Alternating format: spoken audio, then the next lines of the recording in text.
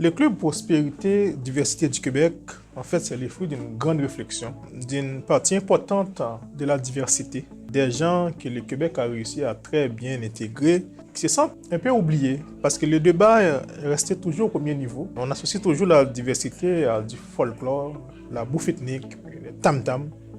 Nous, on a voulu amener ça à un autre niveau, au niveau économique, mais à haut niveau. Parce que l'économie, on pense, si on réussit à régler le problème économique, on peut régler beaucoup de problèmes associés à la diversité.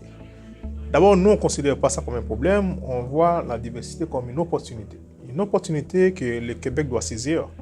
Parce qu'on n'a pas les moyens dans ce coin de pays. On est 2% des francophones en Amérique du Nord.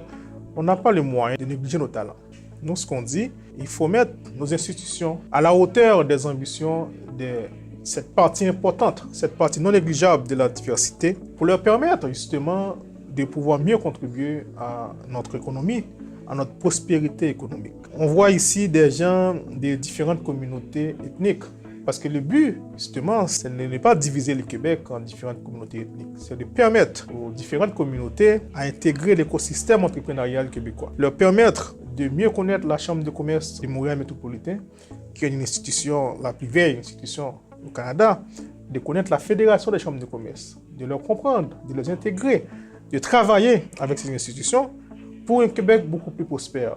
Parce qu'il ne s'agit pas du Québec contre la diversité ou de la diversité contre le Québec.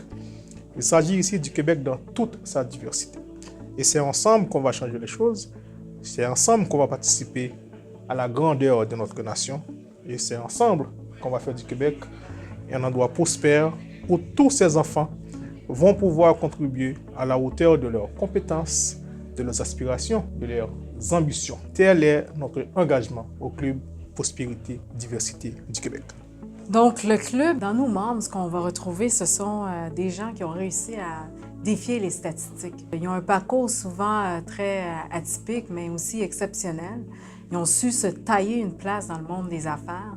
Ils voudraient contribuer davantage à l'économie ou à la prospérité du Québec. Des fois, ils sont confrontés à des plafonds de verre. Si on arrive à trouver des solutions à ces plafonds de verre-là, ils pourront davantage contribuer à la hauteur de leur plein potentiel et de leurs ambitions. Comme Stanley venait de le dire, on réunit aussi les gens, l'ensemble de la communauté d'affaires du Québec, des plus grandes institutions du Québec, qui font un peu l'influence au niveau des orientations. Donc, l'idée, c'est de réunir tous ces gens-là autour d'une table vraiment où est-ce qu'ils vont pouvoir établir un premier dialogue sur des solutions concrètes sur ce que la diversité peut faire par rapport aux enjeux qu'on rencontre ici au Québec et comment ils pourraient contribuer davantage. Donc, je pense que la diversité, c'est important qu'elle fasse partie de la solution, c'est important qu'elle fasse partie des discussions, c'est important qu'on se donne les moyens, qu'on leur donne les moyens pour qu'elles puissent justement là, atteindre leur plein potentiel. D'où la mission ou l'ambition du club.